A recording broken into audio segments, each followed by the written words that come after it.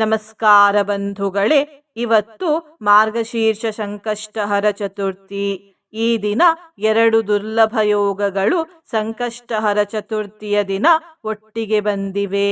ಆ ಯೋಗಗಳ ಹೆಸರು ಶುಕ್ಲಯೋಗ ಮತ್ತು ಬ್ರಹ್ಮಯೋಗ. ಈ ಸಂಕಷ್ಟಹರ ಚತುರ್ಥಿಯಂದು ನಾವು ಶ್ರೀ ಗಣನಾಯಕ ದೇವರ ಒಂದು ಶಕ್ತಿಶಾಲಿ ಮಂತ್ರವನ್ನು ಪಾರಾಯಣ ಮಾಡಿದ್ದೇವೆ. ಈ ಮಂತ್ರವನ್ನು ಇಂದು ಅತ್ಯಂತ ವಿಶ್ವಾಸ ಮತ್ತು ಭಕ್ತಿಯಿಂದ 3 ಹೊತ್ತು ಆದಷ್ಟು ಹೆಚ್ಚು ಬಾರಿ ಪಾರಾಯಣ ಅಥವಾ ಶ್ರವಣ ಮಾಡಿದರೆ ವಿಘ್ನಗಳು ಬರುವ ಮೊದಲೇ ನಾಶವಾಗಿ ಹೋಗುತ್ತವೆ.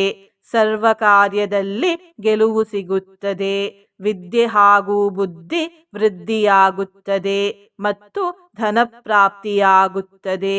ಇವತ್ತು ಈ ಮಂತ್ರವನ್ನು ನೀವೇ ಪಾರಾಯಣ ಮಾಡಿದರೆ ಉತ್ತಮ. ಕಾರಣಾಂತರಗಳಿಂದ ಮಂತ್ರ ಪಾರಾಯಣ ಮಾಡಲು ಸಾಧ್ಯವಾಗದಿದ್ದರೆ ಶ್ರದ್ಧಾಭಕ್ತಿಯಿಂದ ಮಂತ್ರವನ್ನು ಶ್ರವಣ ಮಾಡಿ ಬಂಧುಗಳೇ. ಇಂದಿನ ಮನೆಮದ್ದು ಹೀಗಿದೆ. ಕೂದಲಿನ ಸಂರಕ್ಷಣೆ ಮತ್ತು ಕೂದಲು ಬೆಳವಣಿಗೆಗೆ ಅಕ್ರೋಟನ್ನು ನಿಯಮಿತವಾಗಿ ಸೇವಿಸಿ. ಏಕೆಂದರೆ ಅಕ್ರೋಟಲ್ಲಿ ವಿಟಮಿನ್ ಬಿ ಕಾಂಪ್ಲೆಕ್ಸ್ ಹೆಚ್ಚು ಪ್ರಮಾಣದಲ್ಲಿದೆ.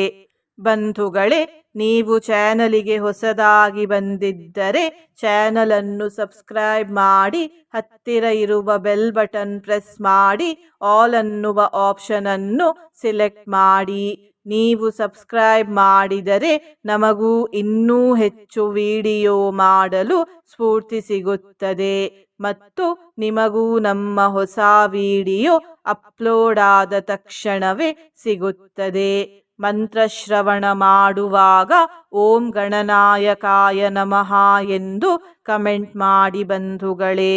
ಮಂತ್ರ ಪಾರಾಯಣವನ್ನು ಶುರು ಮಾಡೋಣ. ಸರ್ವವಿಘ್ನಹರಂ ದೇವಂ ಸರ್ವವಿಘ್ನವಿವರ್ಜಿತಂ ಸಿದ್ಧ್ಯಂತಿ ಸರ್ವಕಾರ್ಯಾಣಿ ವಿದ್ಯಾವಾನ್ ಧನವಾನ್ ಭವೇತ್. ಸರ್ವವಿಘ್ನಹರಂ ದೇವಂ ಸರ್ವವಿಘ್ನವಿವರ್ಜಿತಂ ಸಿದ್ಧ್ಯಂತಿ ಸರ್ವಕಾರ್ಯಾಣಿ ವಿದ್ಯಾವಾನ್ ಧನವಾನ್ ಭವೇತ್. ಸರ್ವವಿಘ್ನಹರಂ ದೇವಂ ಸರ್ವವಿಘ್ನವಿವರ್ಜಿತಂ ಸಿದ್ಧ್ಯಂತಿ ಸರ್ವಕಾರ್ಯಾಣಿ ವಿದ್ಯಾವಾನ್ ಧನವಾನ್ ಭವೇತ್. ಸರ್ವವಿಘ್ನಹರಂ ದೇವಂ ಸರ್ವವಿಘ್ನವಿವರ್ಜಿತಂ ಸಿದ್ಧ್ಯಂತಿ ಸರ್ವಕಾರ್ಯಾಣಿ ವಿದ್ಯಾವಾನ್ ಧನವಾನ್ ಭವೇತ್.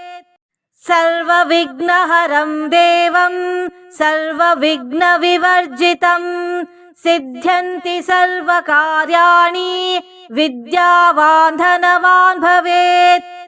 ಸರ್ವವಿಘ್ನಹರಂ ದೇವಂ ಸರ್ವವಿಘ್ನವಿವರ್ಜಿತಂ ಸಿದ್ಧ್ಯಂತಿ ಸರ್ವಕಾರ್ಯಾಣಿ ವಿದ್ಯಾವಾನ್ ಧನವಾನ್ ಭವೇತ್. ಸರ್ವವಿಘ್ನಹರಂ ದೇವಂ ಸರ್ವವಿಘ್ನವಿವರ್ಜಿತಂ ಸಿದ್ಧ್ಯಂತಿ ಸರ್ವಕಾರ್ಯಾಣಿ ವಿದ್ಯಾವಾನ್ ಧನವಾನ್ ಭವೇತ್. ಸರ್ವವಿಘ್ನಹರಂ ದೇವಂ ಸರ್ವವಿಘ್ನವಿವರ್ಜಿತಂ ಸಿದ್ಧ್ಯಂತಿ ಸರ್ವಕಾರ್ಯಾಣಿ ವಿದ್ಯಾವಾನ್ ಧನವಾನ್ ಭವೇತ್. ಸರ್ವವಿಘ್ನಹರಂ ದೇವಂ ಸರ್ವವಿಘ್ನವಿವರ್ಜಿತಂ ಸಿದ್ಧ್ಯಂತಿ ಸರ್ವಕಾರ್ಯಾಣಿ ವಿದ್ಯಾವಾನ್ ಧನವಾನ್ ಭವೇತ್. ಸರ್ವವಿಘ್ನಹರಂ ದೇವಂ ಸರ್ವವಿಘ್ನವಿವರ್ಜಿತಂ ಸಿದ್ಧ್ಯಂತಿ ಸರ್ವಕಾರ್ಯಾಣಿ ವಿದ್ಯಾವಾನ್ ಧನವಾನ್ ಭವೇತ್. ಸರ್ವವಿಘ್ನಹರಂ ದೇವಂ ಸರ್ವವಿಘ್ನವಿವರ್ಜಿತಂ ಸಿದ್ಧ್ಯಂತಿ ಸರ್ವಕಾರ್ಯಾಣಿ ವಿದ್ಯಾವಾನ್ ಧನವಾನ್ ಭವೇತ್. ಸರ್ವವಿಘ್ನಹರಂ ದೇವಂ ಸರ್ವವಿಘ್ನವಿವರ್ಜಿತಂ ಸಿದ್ಧ್ಯಂತಿ ಸರ್ವಕಾರ್ಯಾಣಿ ವಿದ್ಯಾವಾನ್ ಧನವಾನ್ ಭವೇತ್.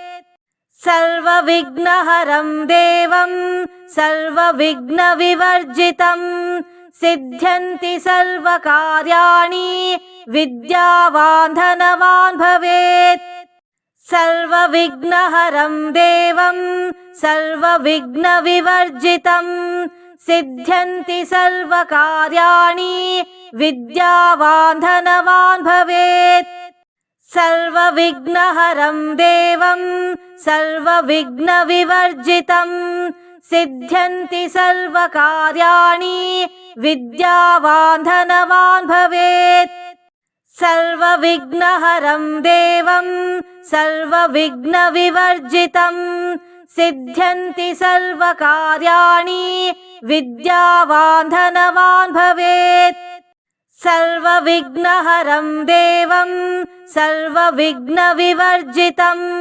सिद्ध्यन्ति सर्वकार्याणि विद्यावान् धनवान् भवेत् सर्वविघ्नहरं देवं सर्वविघ्नविवर्जितं सिद्ध्यन्ति सर्वकार्याणि विद्यावान् धनवान् भवेत् सर्वविघ्नहरं देवं सर्वविघ्नविवर्जितं सिद्ध्यन्ति सर्वकार्याणि विद्यावान् धनवान् भवेत् सर्वविघ्नहरं देवं सर्वविघ्नविवर्जितं सिद्ध्यन्ति सर्वकार्याणि विद्यावान् धनवान् भवेत् सर्वविघ्नहरं देवं सर्वविघ्नविवर्जितं सिद्ध्यन्ति सर्वकार्याणि विद्यावान् धनवान् भवेत्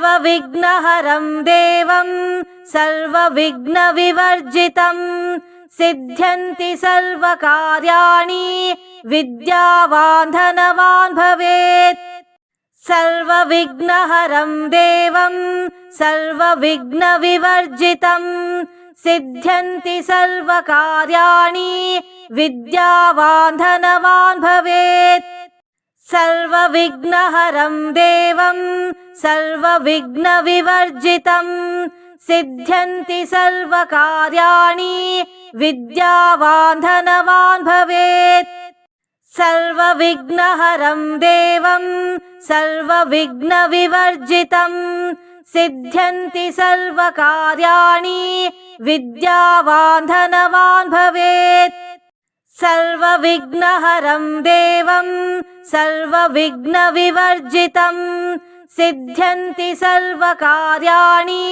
विद्यावान् धनवान् भवेत् सर्वविघ्नहरं देवं सर्वविघ्नविवर्जितं सिद्ध्यन्ति सर्वकार्याणि विद्यावान् धनवान् भवेत् सर्वविघ्नहरं देवं सर्वविघ्नविवर्जितं सिद्ध्यन्ति सर्वकार्याणि विद्यावान् धनवान् भवेत् सर्वविघ्नहरं देवं सर्वविघ्नविवर्जितं सिद्ध्यन्ति सर्वकार्याणि विद्यावान् धनवान् भवेत् सर्वविघ्नहरं देवं सर्वविघ्नविवर्जितं सिद्ध्यन्ति सर्वकार्याणि विद्यावान् धनवान् भवेत् सर्वविघ्नहरं देवं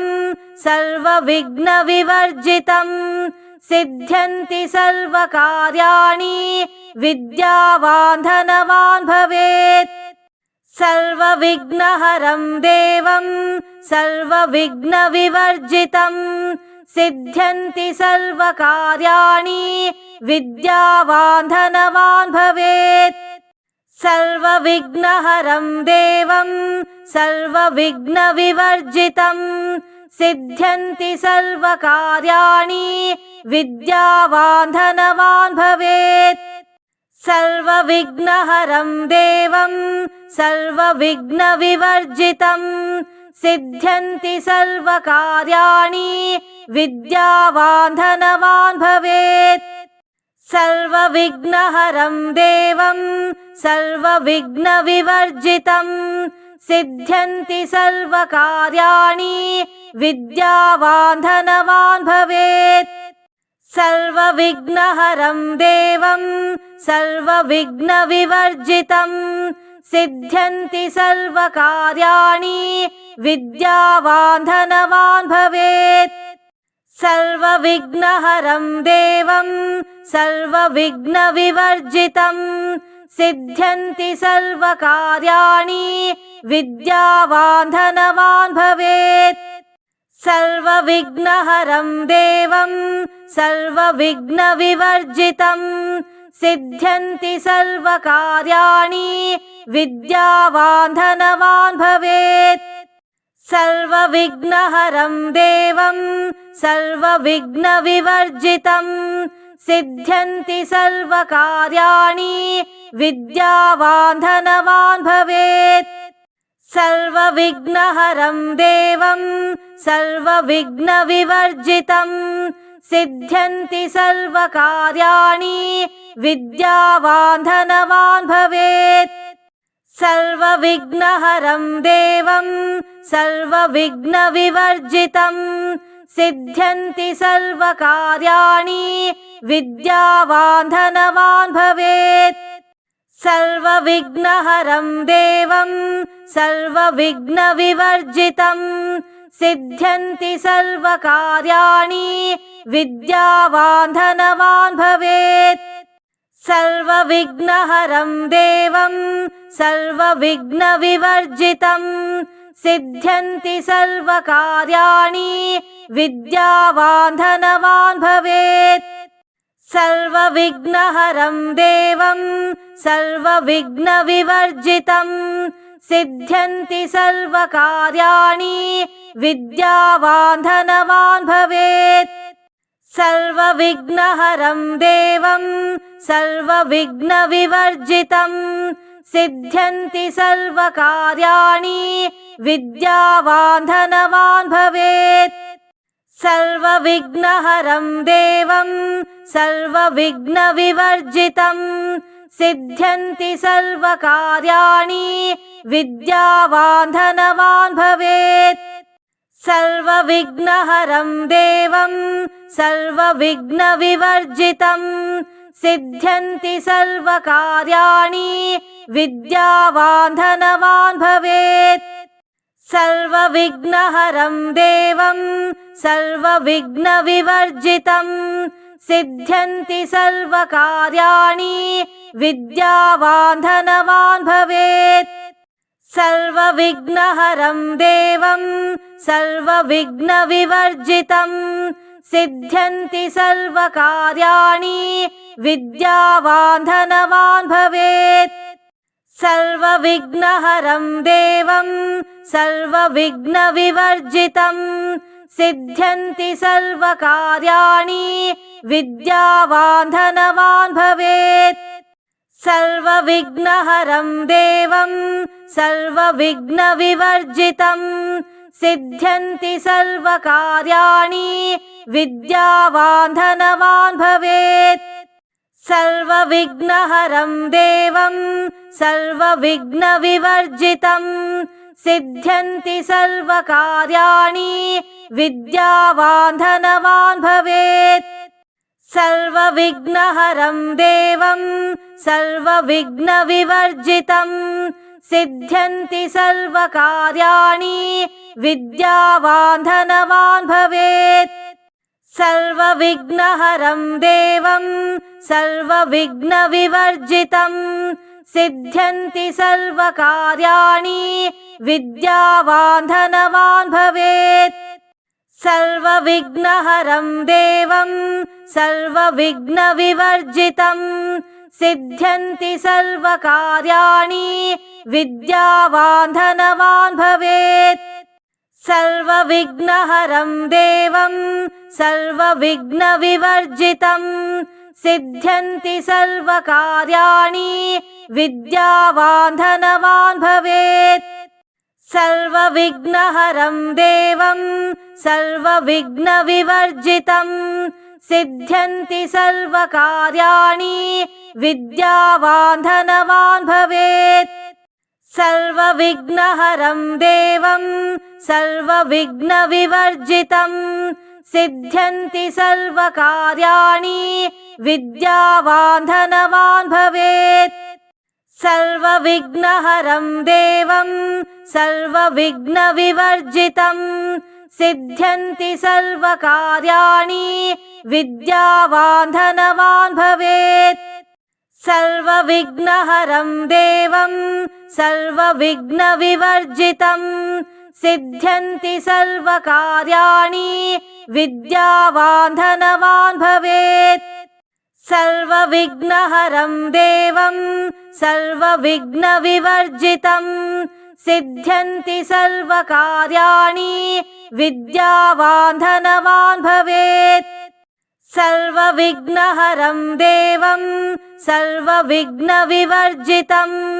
सिद्ध्यन्ति सर्वकार्याणि विद्यावान् धनवान् भवेत् सर्वविघ्नहरं देवं सर्वविघ्नविवर्जितं सिद्ध्यन्ति सर्वकार्याणि विद्यावान् धनवान् भवेत् सर्वविघ्नहरं देवं सर्वविघ्नविवर्जितं सिद्ध्यन्ति सर्वकार्याणि विद्यावान् धनवान् भवेत् सर्वविघ्नहरं देवं सर्वविघ्नविवर्जितं सिद्ध्यन्ति सर्वकार्याणि विद्यावान् धनवान् भवेत् सर्वविघ्नहरं देवं सर्वविघ्नविवर्जितं सिद्ध्यन्ति सर्वकार्याणि विद्यावान् धनवान् भवेत् सर्वविघ्नहरं देवं सर्वविघ्नविवर्जितं सिद्ध्यन्ति सर्वकार्याणि विद्यावान् धनवान् भवेत् सर्वविघ्नहरं देवं सर्वविघ्नविवर्जितं सिद्ध्यन्ति सर्वकार्याणि विद्यावान् धनवान् भवेत् सर्वविघ्नहरं देवं सर्वविघ्नविवर्जितं सिद्ध्यन्ति सर्वकार्याणि विद्यावान् धनवान् भवेत् सर्वविघ्नहरं देवं सर्वविघ्नविवर्जितं सिद्ध्यन्ति सर्वकार्याणि विद्यावान् धनवान् भवेत् सर्वविघ्नहरं देवं सर्वविघ्नविवर्जितं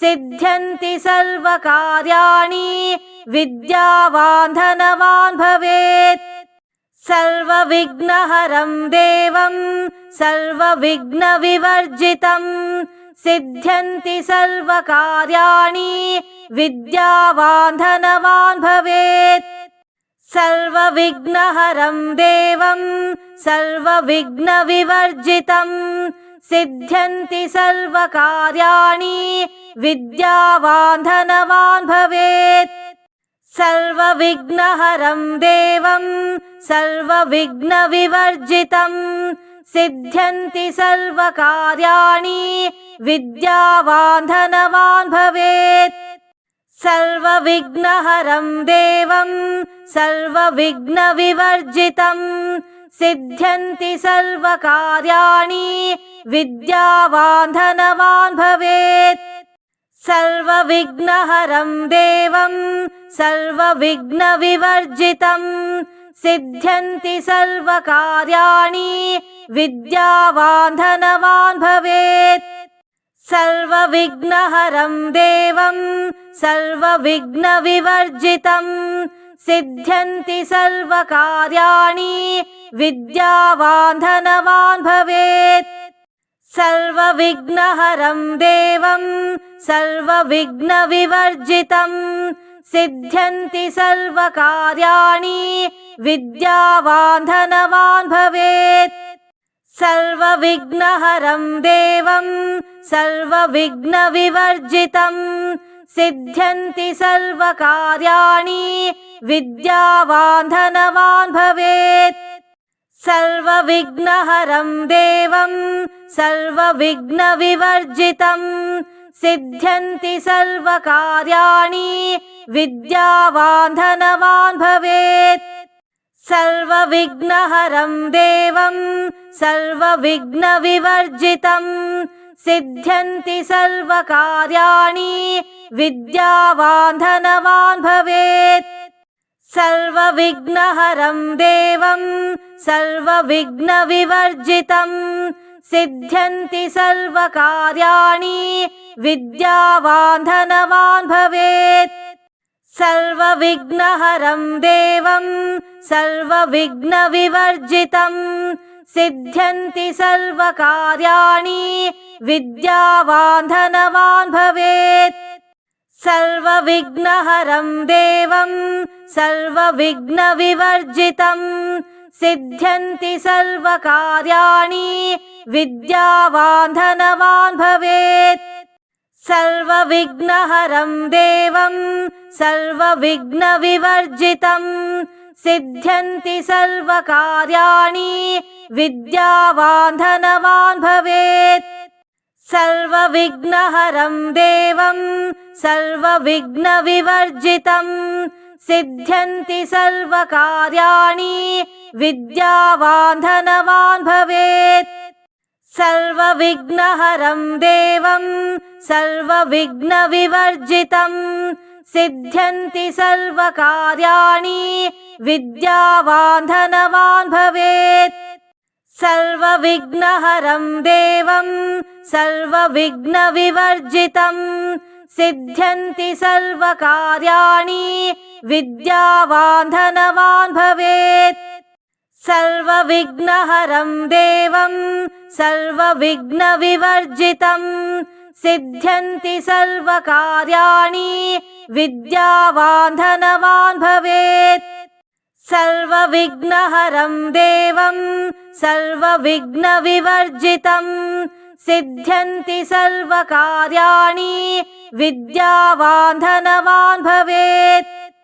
सर्वविघ्नहरं देवं सर्वविघ्नविवर्जितं सिद्ध्यन्ति सर्वकार्याणि विद्यावान् धनवान् भवेत्। सर्वविघ्नहरं देवं सर्वविघ्नविवर्जितं सिद्ध्यन्ति सर्वकार्याणि विद्यावान् धनवान् भवेत्।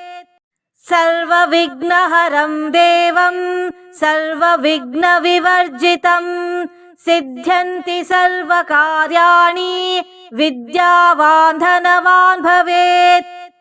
सर्वविघ्नहरं देवं सर्वविघ्नविवर्जितं सिद्ध्यन्ति सर्वकार्याणि विद्यावान् धनवान् भवेत्। सर्वविघ्नहरं देवं सर्वविघ्नविवर्जितं सिद्ध्यन्ति सर्वकार्याणि विद्यावान् धनवान् भवेत्। सर्वविघ्नहरं देवं सर्वविघ्नविवर्जितं सिद्ध्यन्ति सर्वकार्याणि विद्यावान् धनवान् भवेत्। सर्वविघ्नहरं देवं सर्वविघ्नविवर्जितं सिद्ध्यन्ति सर्वकार्याणि विद्यावान् धनवान् भवेत्। सर्वविघ्नहरं देवं सर्वविघ्नविवर्जितं सिद्ध्यन्ति सर्वकार्याणि विद्यावान् धनवान् भवेत्। सर्वविघ्नहरं देवं सर्वविघ्नविवर्जितं सिद्ध्यन्ति सर्वकार्याणि विद्यावान् धनवान् भवेत्। सर्वविघ्नहरं देवं सर्वविघ्नविवर्जितं सिद्ध्यन्ति सर्वकार्याणि विद्यावान् धनवान् भवेत्। सर्वविघ्नहरं देवं सर्वविघ्नविवर्जितं सिद्ध्यन्ति सर्वकार्याणि विद्यावान् धनवान् भवेत्। सर्वविघ्नहरं देवं सर्वविघ्नविवर्जितं सिद्ध्यन्ति सर्वकार्याणि विद्यावान् धनवान् भवेत्। सर्वविघ्नहरं देवं सर्वविघ्नविवर्जितं सिद्ध्यन्ति सर्वकार्याणि विद्यावान् धनवान् भवेत् सर्वविघ्नहरं देवं सर्वविघ्नविवर्जितं सिद्ध्यन्ति सर्वकार्याणि विद्यावान् धनवान् भवेत् सर्वविघ्नहरं देवं सर्वविघ्नविवर्जितं सिद्ध्यन्ति सर्वकार्याणि विद्यावान् धनवान् भवेत् सर्वविघ्नहरं देवं सर्वविघ्नविवर्जितं सिद्ध्यन्ति सर्वकार्याणि विद्यावान् धनवान् भवेत् सर्वविघ्नहरं देवं सर्वविघ्नविवर्जितं सिद्ध्यन्ति सर्वकार्याणि विद्यावान् धनवान् भवेत् सर्वविघ्नहरं देवं सर्वविघ्नविवर्जितं सिद्ध्यन्ति सर्वकार्याणि विद्यावान् धनवान्